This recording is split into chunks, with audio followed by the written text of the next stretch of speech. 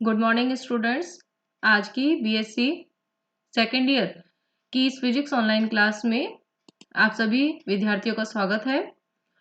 हम mathematical physics की unit first पढ़ रहे हैं, जिसमें कि ये हमारा लेक्चर 7th है, जिसमें हमने आपको इस यूनिट में हमने आपको कर्वीलीनियर कोऑर्डिनेट सिस्टम्स के बारे में बताया। उसमें कौन कौन से एक्सप्रेशंस हम निकालेंगे। इसके अलावा हमने special orthogonal curvilinear coordinate system भी पढ़े, जिसमें हमने 3 तरीके के कोऑर्डिनेट सिस्टम पढ़े थे: Cartesian coordinate system, cylindrical coordinate system और स्फेरिकल कोऑर्डिनेट सिस्टम।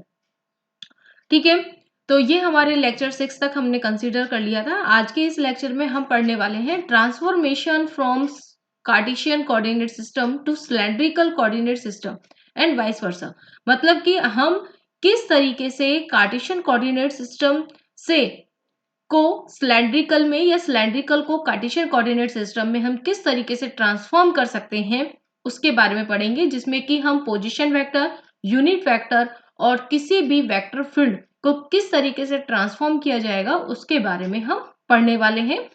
तो शुरुआत करते हैं हम पोजीशन वेक्टर से कि पोजीशन वेक्टर यदि हमारे पास दोनों ही कोऑर्डिनेट सिस्टम है, जैसा कि आपको डायग्राम में दिखाई दे रहा है, हमने x y z cartesian coordinate system दिखाया हुआ है। वहीं पर एक सिलेंड्रिकल फॉर्म में हमने एक पॉइंट पी को लिया है, जिसके की जो पोजीशन है वो इस सिलेंडर के ही एक सरफेस पर है, जिसके लिए सिलेंड्रिकल में इसके पोजीशन वेक्टर्स हैं रो, फाई एंड जेड, और कार्टेशियन कोऑर्डिनेट सिस्टम में है एक्स वाई एंड जेड, जो कि यहाँ पर लिखा हुआ है। ठीक है, तो आपको ये चीज क्लियर हो जानी चाहिए कि हमारे पास जो दोनों पोजीशन वेक्टर, जो पोजीशन कोऑर्डिनेट्स लिखे हुए हैं, एक है कार्टेशियन कोऑर्डिनेट सिस्टम में, दूसरे हैं सिलेंड्रिकल में, और इन्हीं में ही हमें रिलेशन निकालना है कि इनमें रिलेशन किस तरीके से निकलेगा। ठीक है, तो अब देखिए, अब जो ट्रांसफॉर्मेशन इक्वेशन है वो किस तरीके से हम निकालते हैं कि इनके बीच में रिलेशन, कि ये हमारे पास जेड है, ठीक है, ये हमारे पास रो है। अब जो हमारे पास x की पोजीशन है that is equal to the rho cos phi. ठीक है, रो कॉस फाई। वही हमारे पास जो y है that is equal to the हो जाएगा हमारे पास रो साइन फाई, और z जो है वो सिमिलर रहेगा दोनों ही कोऑर्डिनेट सिस्टम्स में। ठीक है, तो ये हमारे पास निकल जाते हैं इनके आपस में कोऑर्डिनेट्स के ट्रांसफॉर्मेशन इक्वेशन। तो इसके बाद हम पोजीशन को देखते हैं। तो पोजीशन यदि हमारे पास कार्टेशियन कोऑर्डिनेट सिस्टम में है आई एक्स प्लस जे वाई प्लस जेड के, तो हमारे पास सिलेंड्रिकल में हो जाएगी वही पोजीशन जो है वो that is the i cap rho cos phi plus j cap rho sine phi plus k cap z. ठीक है, तो ये पोजीशन वेक्टर का ट्रांसफॉर्मेशन हो गया। लेकिन यदि हमें अभी हमने क्या किया है, एक्स वाई जेड को in form of rho phi and z लिखा है, लेकिन यदि हमें रो फाई और जेड को in form of x y z यानी कि वाइस वर्सा, हमने आपको बताया था कि अगर हम केवल कार्टेशियन कोऑर्डिनेट को सिलेंड्रिकल में नहीं चेंज कर रहे हैं, बल्कि हम सिलेंड्रिकल को कार्टेशियन में भी चेंज करेंगे, तो यहां पर इनके फिर कोऑर्डिनेट्स क्या हो जाएंगे। देखिए, ये जो फर्स्ट दो इक्वेशंस हैं, इनको यदि हम फर्स्ट को कॉस से और सेकंड को साइन, सिंपली यदि हम स्क्वायर करके और फिर क्या कर दें, जोड़ दें, तो स्क्वायर करने से क्या होगा, sine square plus cos square हो जाएगा, और ये हमारे पास रो स्क्वायर, और दैट इज इधर हो जाएगा हमारे पास x square plus y square. तो ये देखिए, रो की वैल्यू हमारे पास निकल जाएगी अंडर रूट में x square plus y square. ठीक है, इसी तरीके से हम क्या करें कि अगर हमें फाई की वैल्यू चाहिए तो हम इसको डिवाइड कर सकते हैं। तो टेन फाई, तो phi is equal to tan inverse y by x, और जेड इज इक्वल टू, तो जेड है ही, तो ये हमारे पास हो जाता है cylindrical coordinate system in the cartesian coordinate system. ठीक है, तो ये हमारे पास पोजीशन वेक्टर के लिए था। अब बात करते हैं हम यूनिट वेक्टर्स की। अब यूनिट वेक्टर्स को हम किस तरीके से निकालेंगे, देखिए हमारे पास इक्वेशन नंबर 3 हमने अभी भी लिखी थी, उसी को भी हमने रिपीट आउट करके इक्वेशन नंबर 5 नाम दिया है कि आर जो पोजीशन वेक्टर था इन फॉर्म ऑफ, देखिए यहां पर हमारे पास जो पोजीशन वेक्टर्स जो लिखे हुए हैं, देखिए उसमें यूनिट वेक्टर तो है कार्टेशियन कोऑर्डिनेट्स का, और एक्स वाई जेड को हमने सिलेंड्रिकल की फॉर्म में लिखा हुआ है। तो अब देखिए हमारे पास जो डेफिनेशन थी बेस वेक्टर की, जो हमने स्टार्टिंग का जो फर्स्ट हमारा लेक्चर था उसमें हमने पढ़ी थी, जिसमें कि बेस वेक्टर हमने निकाल रखे थे। तो बेस वेक्टर की जो डेफिनेशन है that is equal to the, अब तीनों है ये अलग अलग, किसके लिए, सिलेंड्रिकल कोऑर्डिनेट सिस्टम के लिए। तो सिलेंड्रिकल कोऑर्डिनेट सिस्टम में b rho is equal to हो जाएगा ई रो एच रो, जहां पे एच जो ये है स्केल फैक्टर है, ठीक है, और ई रो जो है वो यूनिट वेक्टर है। तो that is equal to this base vector is equal to the differential of r with respect to psi, ठीक है। तो रो के साथ जब हम करेंगे तो that is equal to the i cap cos phi plus j cap sine phi, ठीक है। तो फर्स्ट हमारे पास निकल गया, सेकंड भी हम इसी तरीके से डिफरेंशियल करके निकाल लेंगे, partial differential, and third is given by also by the partial differential with respect to the z, ठीक है। अब इसमें हम कंपेयर, यदि इन इक्वेशन से अब हमें निकालने हैं इनके एच रो, एच फाई और एच जेड की वैल्यू, तो that is by the definition कि वो मैग्नीट्यूड होता है ऑफ द बेस फैक्टर, ठीक है। तो बेस वेक्टर का जो मैग्नीट्यूड है वो स्केल फैक्टर कहलाता है और जो डायरेक्शन है वो यूनिट वेक्टर होती है। तो देखिए इनका जो मैग्नीट्यूड अगर हम निकालते हैं तो हमारे पास आ जाता है 1 रो एंड 1, जो कि हमें पता है सिलेंड्रिकल में यही होते हैं।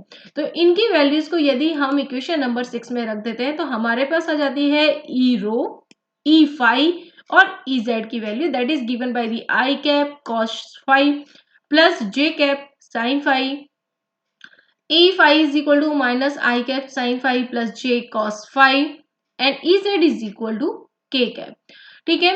अब यहाँ पे जो हमारे पास ये वैल्यूज निकली हुई हैं, इनमें हम क्या करें कि cos phi और sin phi की वैल्यूज को रख दें। अब इनकी वैल्यूज को हम किस तरीके से रखेंगे कि हमारे पास है कि ये जो इक्वेशन है, तो cos phi is equal to हो जाएगा x अपॉन में रो, y अपॉन रो, और रो की वैल्यू है that is equal to under root x square plus y square. तो यहां से देखिए इनकी वैल्यू जब हम cos फाई और sin फाई की वैल्यू हम यहां पर रखते हैं तो हमारे पास इन तीनों की वैल्यू, अब देखिए ये हमारे पास जो यूनिट वेक्टर्स हैं ये है सिलेंड्रिकल में, लेकिन अगर आप राइट हैंड साइड पे देखेंगे तो हमारे पास सारे जो कोऑर्डिनेट्स हैं वो है कार्टेशियन कोऑर्डिनेट के। तो इसका मतलब क्या है कि हमने जो कार्टेशियन कोऑर्डिनेट सिस्टम है उसको सिलेंड्रिकल में कन्वर्ट कर लिया है, ठीक है। कि यदि हमारे पास कार्टेशियन कोऑर्डिनेट सिस्टम में पोजीशन के कोऑर्डिनेट्स हमें पता है, एक्स वाई जेड की वैल्यू हमें पता है, तो हम सिंपली उनको किस फॉर्म में भी लिख सकते हैं, ई रो, ई फाई और ई जेड की फॉर्म में भी लिख सकते हैं, ठीक है। तो ये तो हो गया हमारे पास। अब वाइस वर्सा की बात आती है कि यदि हमारे पास सिलेंड्रिकल है और उनको हम कार्टेशियन कोऑर्डिनेट में चेंज करेंगे तो उसके लिए हमें सॉल्व करनी होंगी ये वाली इक्वेशंस, ठीक है। थर्ड इक्वेशन तो सेम है तो उसको सॉल्व करने की जरूरत नहीं है, लेकिन जो 7th ए और 7th बी है इसमें देखिए अगर आप इन दोनों इक्वेशन से आई और जे की वैल्यू निकाल लेते हैं तो हमारे पास आती है i cap is equal to e rho cos phi minus e phi sine phi, ठीक है। J is equal to e rho sine phi minus plus e phi cos phi, ठीक है। तो एक तरीके से ये जो 9 नंबर इक्वेशन है ये हमें बता रही है किसको, कि यदि सिलेंड्रिकल कोऑर्डिनेट सिस्टम में हमारे पास कोऑर्डिनेट्स दिए हुए हैं तो हम उनको कार्टेशियन कोऑर्डिनेट सिस्टम में चेंज कर सकते हैं, ठीक है। तो इस तरीके से हम यूनिट वेक्टर्स को चेंज कर सकते हैं। अब बात करते हैं हम किसी भी वेक्टर की, कि अगर कोई सिंपली वेक्टर फील्ड हमें दिया हुआ है तो उसको हम कैसे चेंज करेंगे।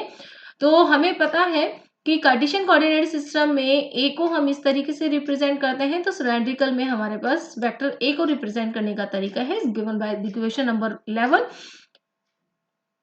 अब हम क्या करें कि इक्वेशन नंबर जो 11 है उसमें ई rho, e phi and E z की वैल्यूज को हम रख देते हैं, ठीक है।